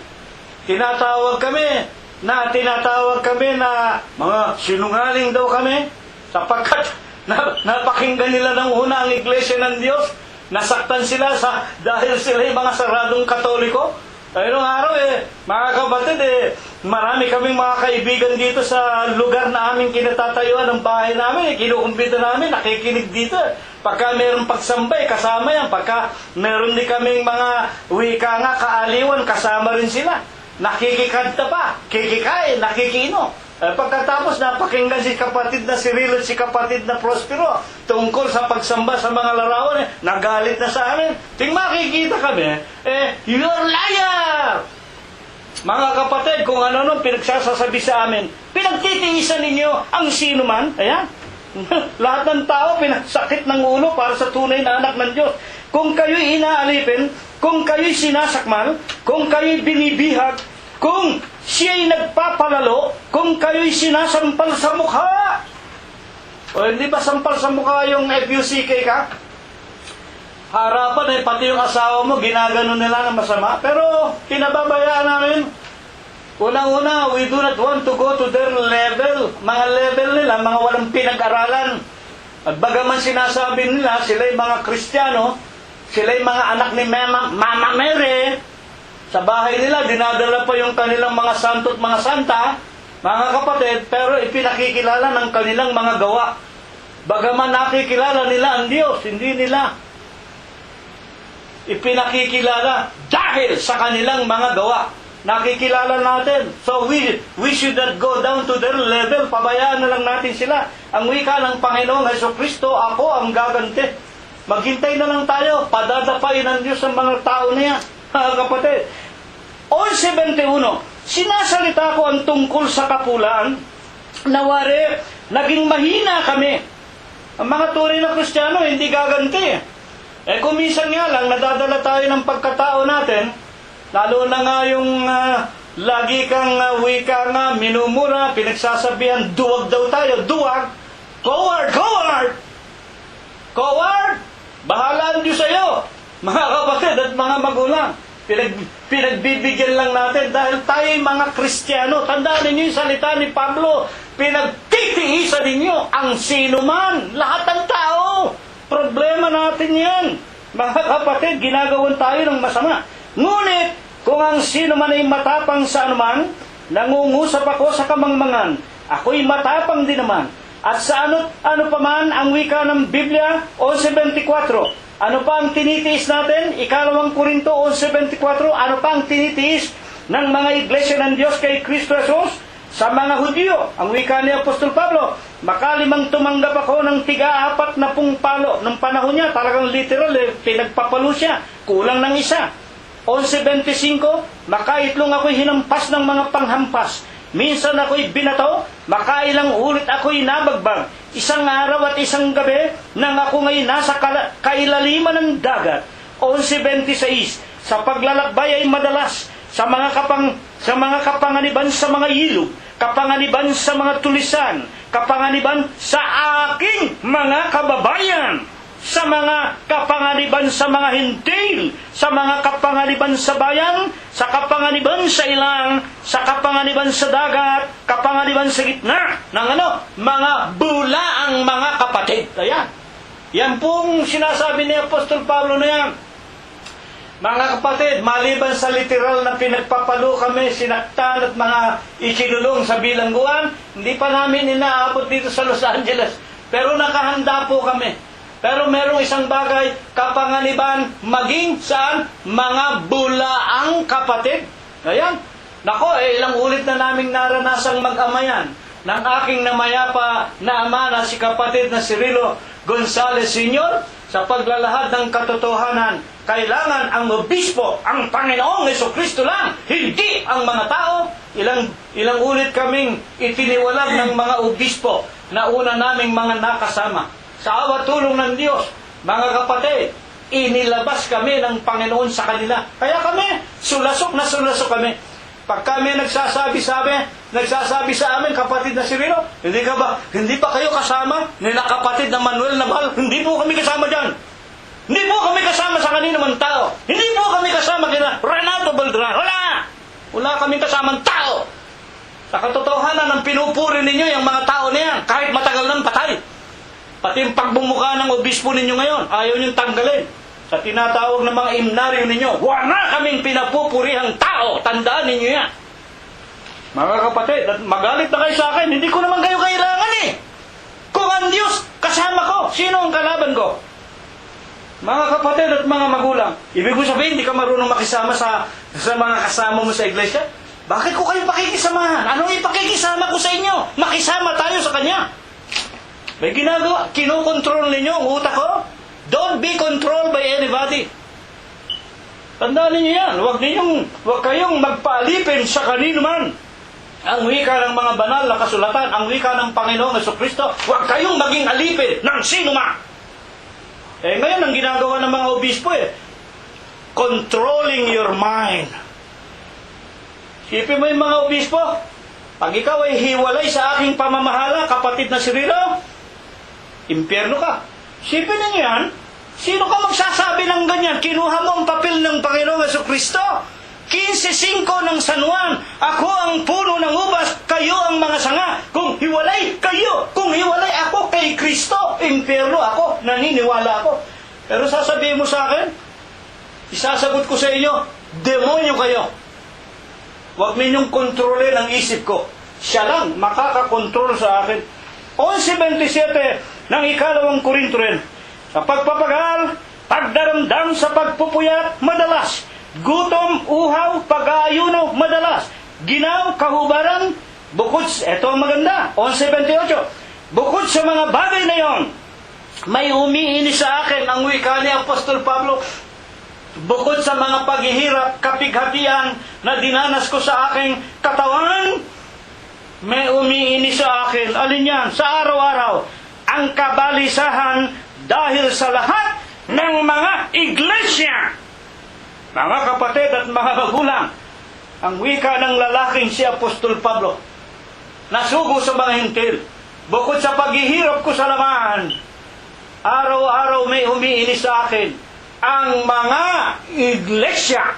Ibig sabihin, ni Apostol Pablo, naiinis siya saan? Sa mga kapatid sa loob ng iglesia. Bakit nga? Lalo na roon sa 7 iglesia, yung tandaan ninyo, iisa lang iglesia. Doon sa mga nangalat sa 7 dako ng kapanahunan, humigit kumulang anyo 96, nang isulat ito ng Apostol Juan sa pulo ng Patmos. Yun ay mga kapatiran sa iglesia, at tinitiyak ko sa inyo, karamihang nakasama sa 7 mga dako na yon na kinaroroonan ng iglesia ng Diyos, mga bunga ng pangangaral ni Apostol Pablo. Bakit? Siya ang ilaw sa mga hintil. Nasaan ba ang 7 iglesia na binabanggit sa Apokalipsis? Naroon sa Asia, labas ng bansa ng Israel. Merong nanggaling orihinal sa Israel sapagkat iniligtas nila ang kanilang mga katawan sa pag-uusig ng imperyo ng Roma at ng mga laban sa iglesia ng Diyos kay Kristo Jesus, na katulad nga ni Apostol Pablo nung araw. Ngayon, ano nga po ba naman ang umiinis sa araw-araw kay Apostol Pablo? Makinig po tayo. Basahin natin, Galatias 1:6. Ano bang ang wika ni Pablo? Merong umiinis sa akin. Parang sinasabi ni Pablo, natiis ko ang pagpalo sa akin ng mga kalaban. Natiis ko ang pagpupuya. Natiis ko ang gutom. Natiis ko ang kahirapan. Natiis ko ang malalayong paglalakbay. Alang-alang sa Ebanghelyo ni Kristo, pero parang meron siyang hindi matiis. Alin yan? Araw-araw, walang katapusan, may umiinis sa akin. Alin yan? Ang mga iglesia o ang mga kapatid sa iglesia. Bakit nga naiinis si Apostol Pablo? Ito po ang dahilan, Galatias 1:6. Ako'y namamangha. Galatias 1:6. Ako'y namamangha. Kay dali ninyong nagsilipa sa ibang ebanghelyo, buhat sa tumawag sa inyo sa biyaya ni Kristo. Sipin ninyo yan? Maski siguro ako mapako sa krus, matitiis ko. Katulad ng ating Panginoong Jesucristo. Pero hindi matitiis ng isang mangangaral. Ang hindi matitiis ng isang tunay na nangangaral. Isang tunay na alipin at lingkod ng Diyos na kamukha ni Apostol Pablo. Alin? May mga kapatid, pinagtiisan, pinagtyagaan, binasahan ng Biblia, inaralan, kaya daling lumipat sa ibang ebanghelyo. Kailan lamang nalungkot ako? Nalungkot kami ni kapatid na Prospero. Meron kaming kapatid sa laman. May asawa. Ano tawag dito? Ano tawag dito? Pagka asawa ng kapatid natin, babae, halimbawa. Ha?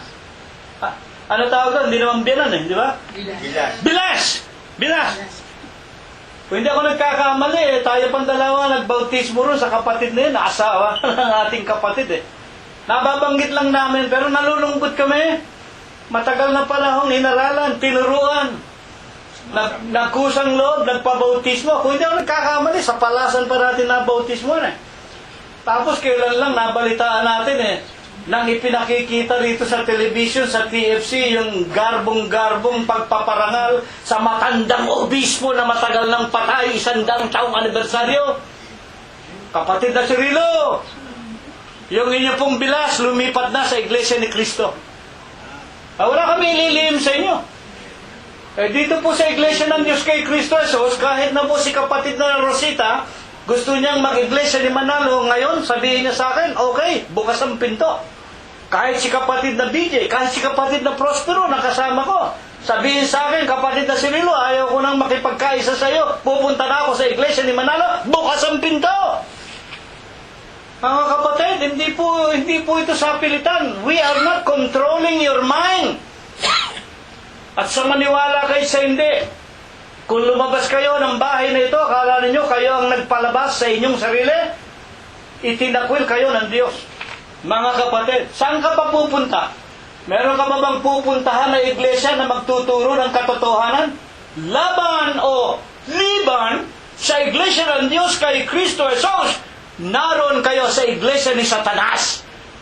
Ang susundin ninyo dyan, utos aral ng mga tao at ng mga demonyo at katha ng mga Hudyo. Mga kapatid at mga magulang. Kaya, isang bagay ang umiinis sa akin sa araw-araw. Ang mga iglesia, ang mga membro, bakit? Kay daling nagsilipat sa ibang ebanghelyo. Talaga namang makakaengganyo Basahin ninyo unang Timoteo 4:1, umpisahan ninyo sa 1:1 ng unang Timoteo. Sa huling panahon, mga kapatid, ang iba magsisitalikod sa pananampalataya at mga kikinig at mapapasama saan? Maeengganyo ng tinatawag na tinatawag na mga maling aral na ito, mga kapatid at mga magulang.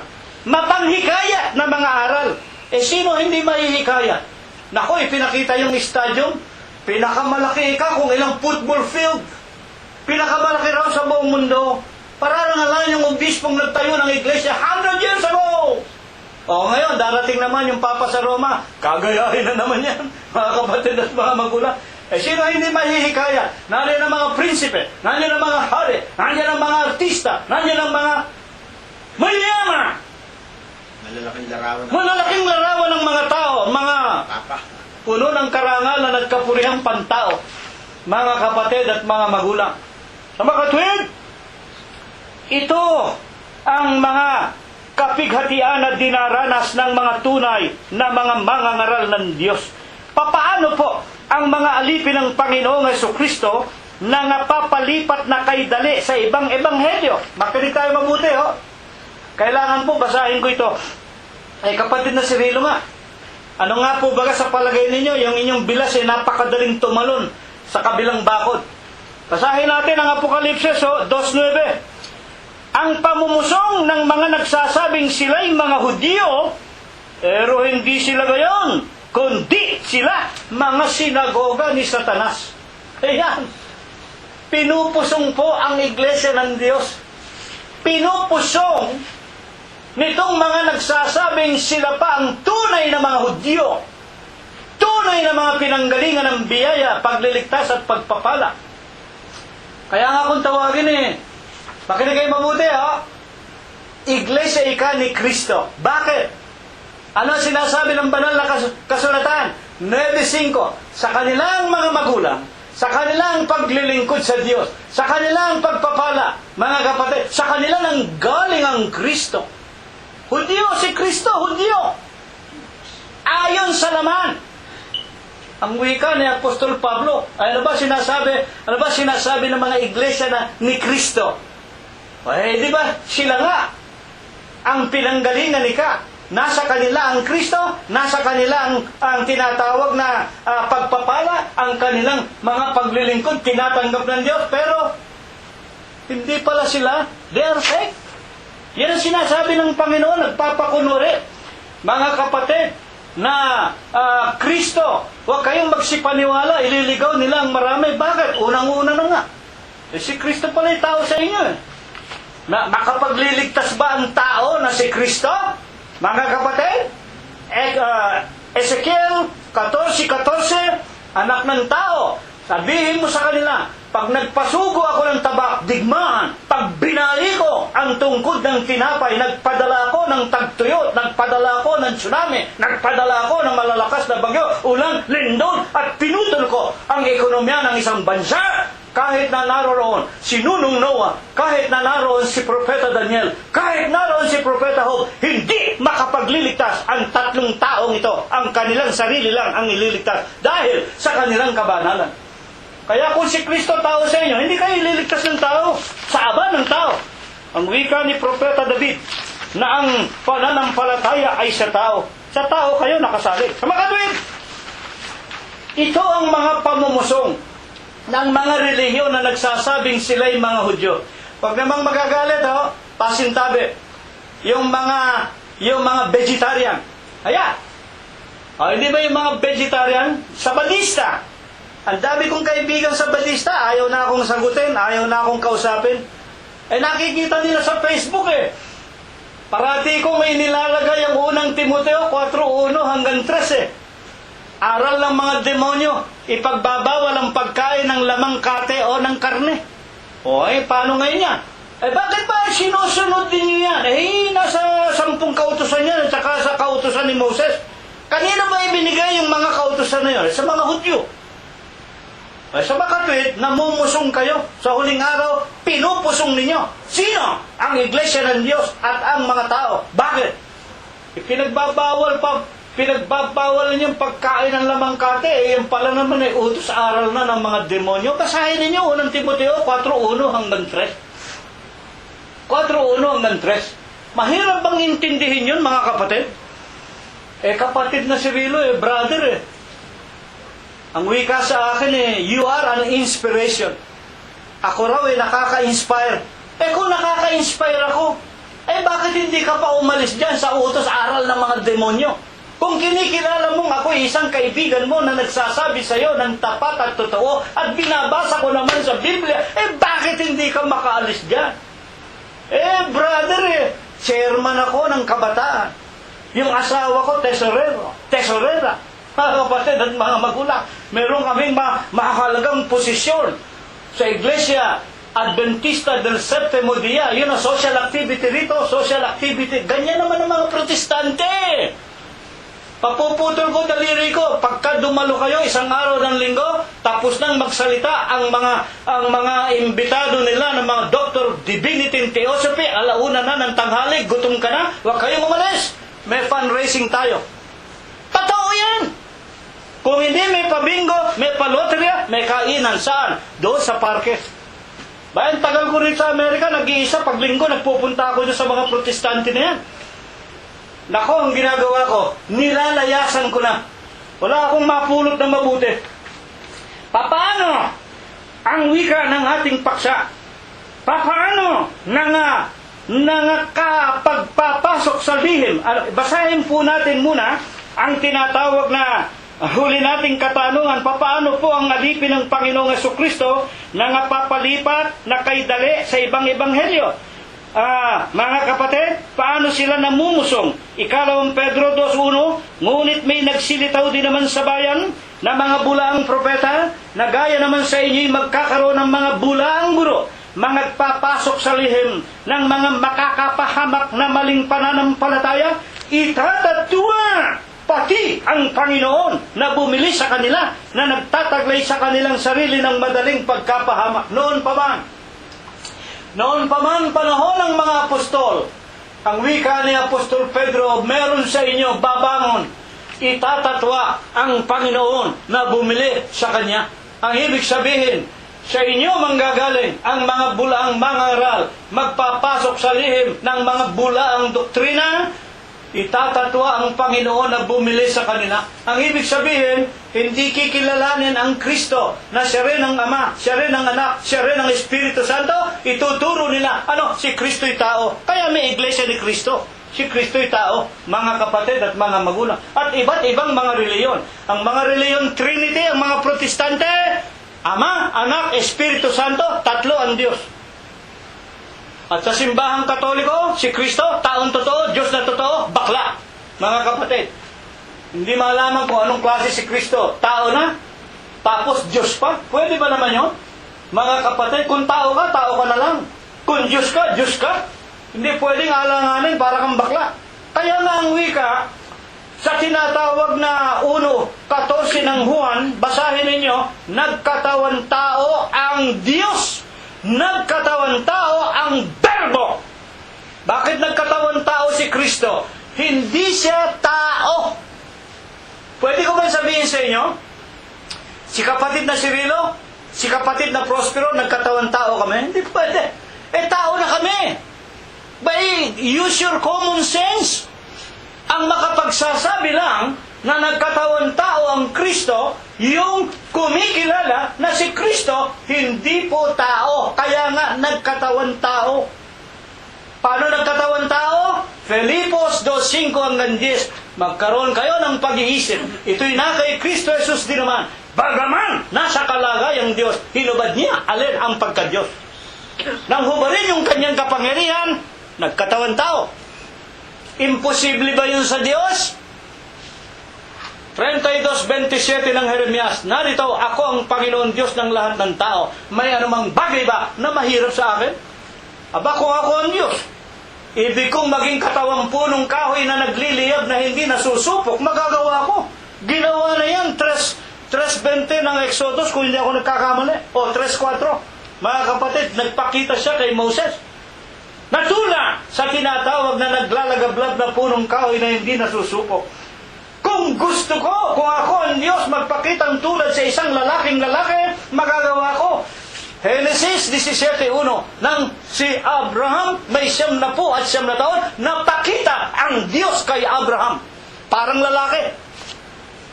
Kumain pa ng tinapay, ipinagluto pa ng guyang wika nga, kambing o ng tupa nitong si Sarai.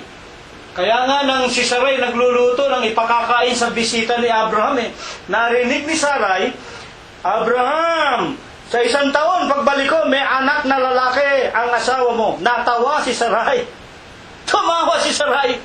Nang lumabas si Sarai, dala yung kanyang niluto, ihanda sa Panginoon. Bakit ka nagtawa? May imposible ba sa akin? Papare, 99 anyos na ako. Hindi na ako nire-regla. Patawarin ninyo ako.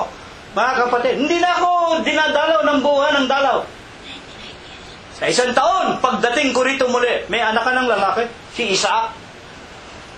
Kaya walang imposible, mga kapatid.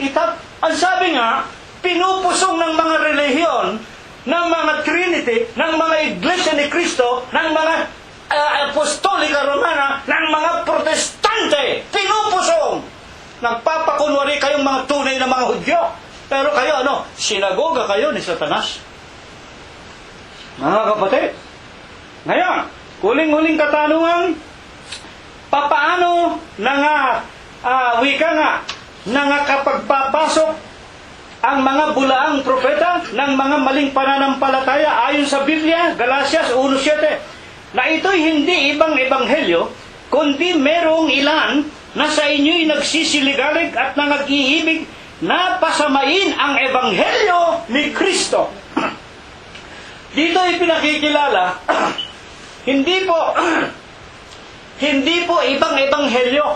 Makinig tayo mabuti, wala na pong ibang ebanghelyo.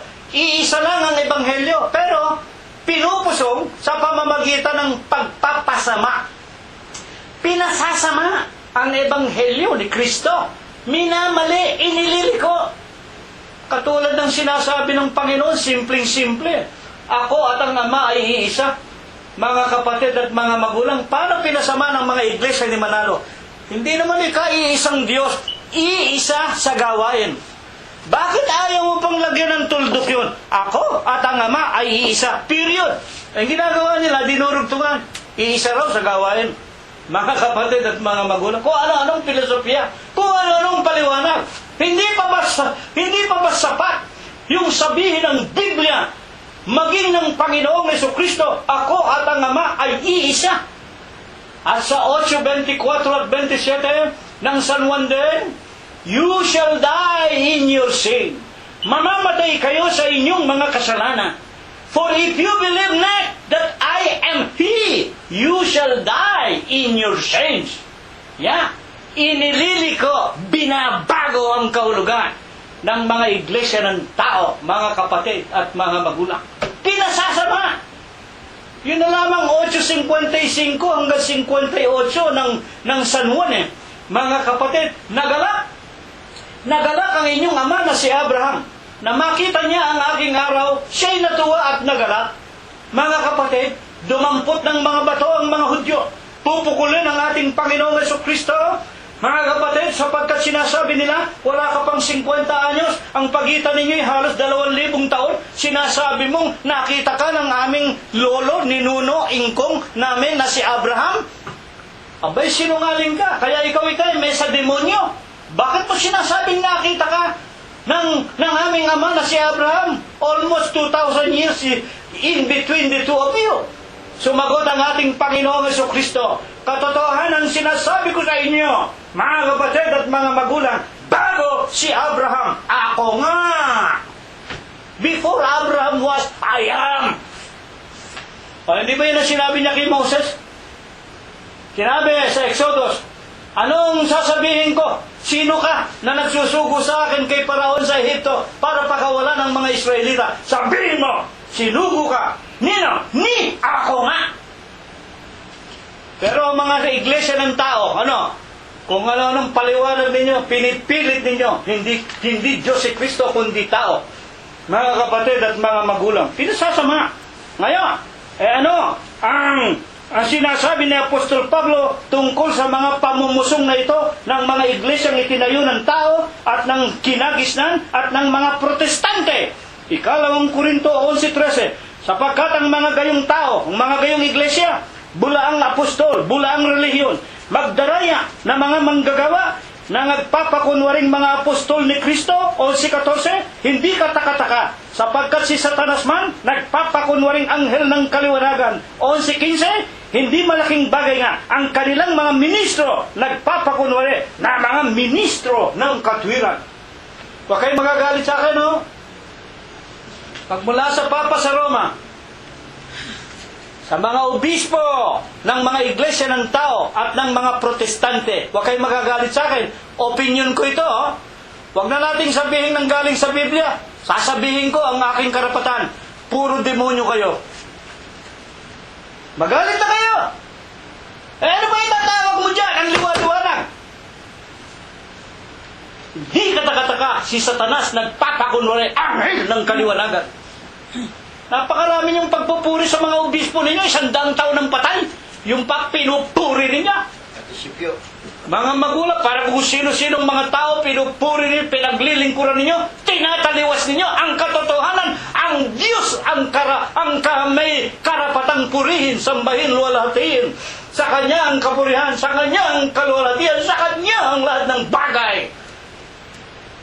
Kumantalang kayo, obispo, mga magulang, at mga kapatid, sa tambak na mga demonyo kayo.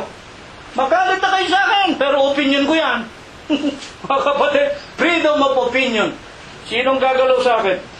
Kaya ano ipinapayo sa atin sa paksang ito? Huling talata. Galatians 1:8. Dadapot kahimat kami, isang anghel na mula sa langit, ang mangaral sa inyo ng anumang ebanghelyo na iba sa aming ipinangaral sa inyo ay maitakwil. Napakaganda kahit na anghel na galing sa langit. Kung ang mga ngaral sa atin sabi nga nung minsan itong si Damian Soto, paano kung ang anghel na mga ngaral sa atin galing sa Taguig? Taga-Taguig yata yung nagtayo ng iglesia ni Cristo na yan, mga kapatid. Itakwil mo! Yung nanggaling sa langit Sabi ni Apostol Pablo, itakwil natin di lalo na yung mga anghel na yan, kahit na anghel na galing sa Roma. Yun, dadalaw sa Pilipinas. Yung anghel ninyo. Hindi lang anghel, sugo! Kahalili ng Diyos. Hindi lang kahalili, hindi lang sugo. Kahalili ka ng Diyos. Mga kapatid at mga magulang. Ito po, ang napakagandang aralin na itinuro sa atin ng ating Panginoong Jesucristo sa banal at dakilang araw po ng linggong ito. Nawa, mga kapatid, huwag nating malimutan, wala pong tinatawag na literal na 7 iglesia na naitayo pa nung panahon ni Apostol Juan sa pulo ng Patmos, sumigit kumulang anyo 96. Wala po, iisa lang yon. Iglesia lahat ng Diyos kay Kristo Jesus yun, na nagtipon-tipon lang sa 7 mga bayan sapagkat doon nailigtas nila ang kanilang mga sarili nang dahil sa pag-uusig ng simbahan ng Imperyo ng Roma. Mga kapatid, at ng mga umuusig sa tinatawag na Iglesia ng Diyos kay Kristo Jesus. At kung bakit sinasabing nalalaman ko ang iyong kadustaan, ang iyong kahirapan, hindi ka mahirap, mayaman ka. Kahit na po kami sa Iglesia ng Diyos, wala kaming katedral, wala kaming kapilya, wala kaming bahay-sambahan na may krus, may dagitab na malalaki, at merong mga borloloy, ginto, pila. Kahit kami ang pinakapulub kahit wawalo, tatatlo lang kami. Kami ang pinakamarami sa paningin ng Panginoon. Kami ang pinakamayaman. Bakit? Masagana tayo, mayaman tayo sa katotohanan. Ito nawa ipagpala. Ibasbas sa atin ng Diyos magmula ngayon, magpakailanman. Muli tayong maghahandog sa Diyos na isang maiklit, may spiritong awitin. Pinakikiusapan kung pangunahan tayo sa panalangin na may pagpapasalamat. Si kapatid na Glenda, awitin po muna natin ang numero 69 sa himno, ika-3 estropa at koro po lamang. Tatayo tayong muli, mga kapatid. Ang mangunguna sa panalangin sa buloy si kapatid na BJ. Tatayo tayo. Si Kristo Jesus tumatawag ngayon upang tayo sa salay di maghumon. Ang gabing mahinahon, ang banal niyang layon, nang upang sa salay di maparoon. Siya ay tumatawag.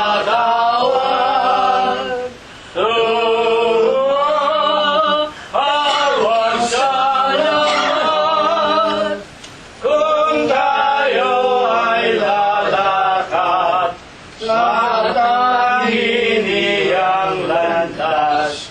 Tatamuhin natin ang pagkaligtas.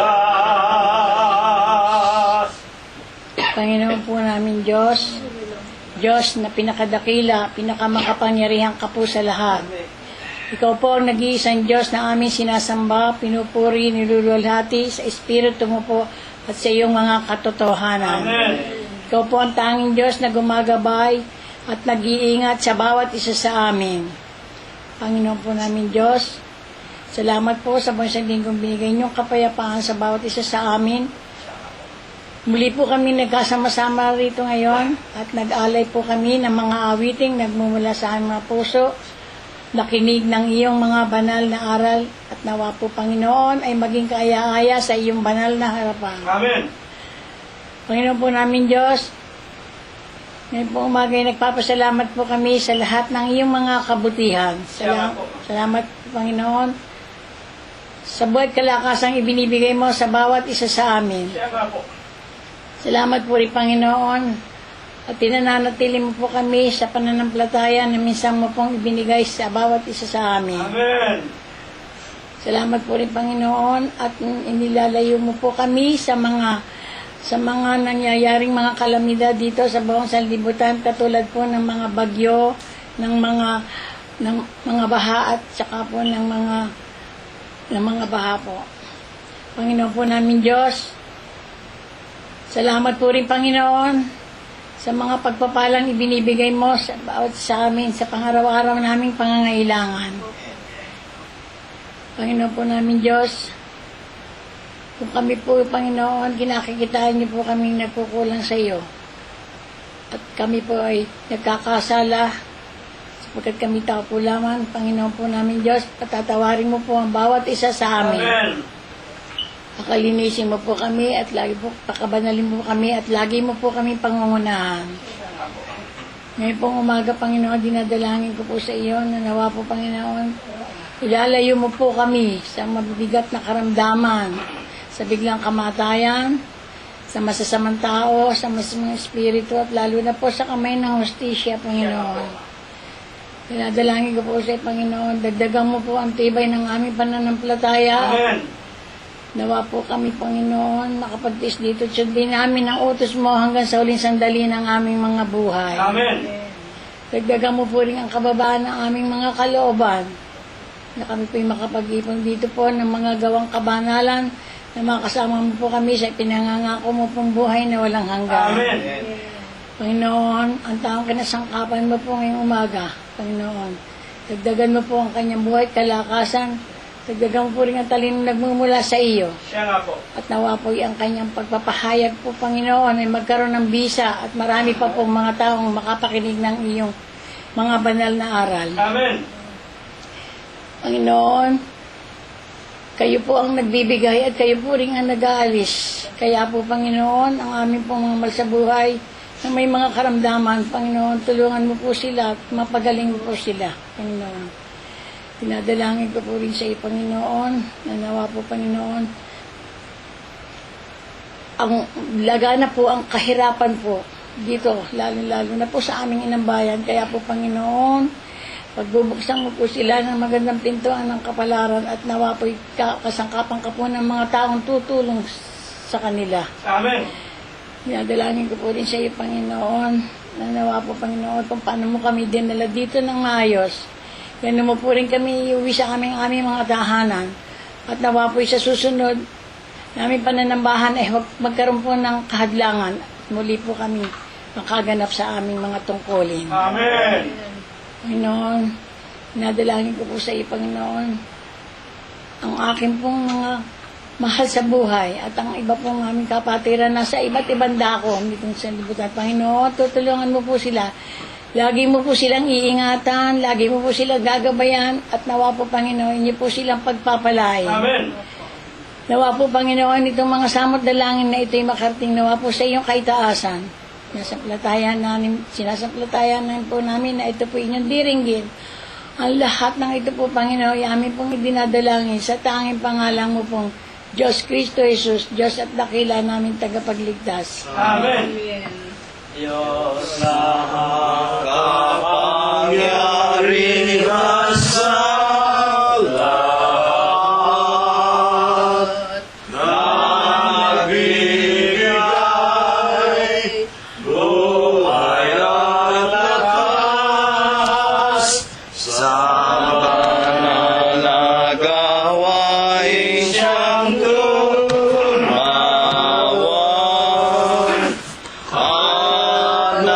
Nagtiis ng hirap, kaming lingkod mo ay nagpapasalamat sa kaloob mong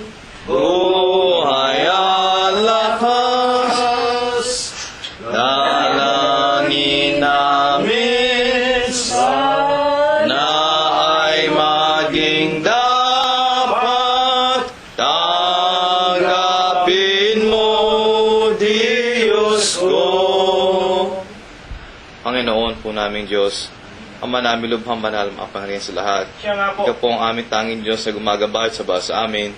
Muli, Panginoon, sa umaga ito na naikluhod kami sa ipong masarapan at nakikinig kami ni ipong mga ganito ang mga aral. Amen. Kaya po, Panginoon, muli kami nagpapasalamat sa mga aral na ito at sa lahat ng mga kabutihan sa bawat sa amin. Siya nga po. Kaya po, tanggapin niyo po sa ipong harapan ang mga umuting sa laping amin na pagkayanan na naway magamit po na ipong kapangasawaan at makatugon sa lahat ng mga taong nangangailangan. At higit sa lahat po, Panginoon, sana po ang mga salapang ito magiging kasangkapan sa bagasan po niyong aral sa ibabaw ng sanlibutan. Amen. Amin lang po sinasama, Panginoon, sa iyo na sana huwag na kami sasawaan at sa mga susunod na linggo na ay mabuhay, muli po kayo makita naglilingkod at umaaga po ng mga may kasiglahan. Siya nga po. Panginoon po namin Diyos, sa amin rin pong sinasama, Panginoon, sa iyo, ang mga lalaking tinaguyod niyo po, Panginoon, sa amin upang maghatid niyo po mga banal na mga aral. Nawa, Panginoon, bibigyan niyo sila ng makatalinuhan na nagmumula pa po sa ipong banal na kaitaasan. Muli, Panginoon, sa umaga ito magkahuwalay kayo mga magkapatid, ang iba po sa amin tutungo sa kanilang matahanan, iba tutungo sa kanilang paghahanap buhayan. Loobin niyo po, Panginoon, marating namin ang aming mga patutunguhan ligtas lahat ng mga kapahamakan. Panginoon po namin Diyos, marami kami mga kailanama, dalapat kami maasa ng mga ito, idadadag niyo po sa amin, kaya po lahat ng mga bagay, magalang po namin hiling sa lakilapanan, Diyos Kristo na aming dakilang tagapagligtas. Amen. Amen. Ang Ama,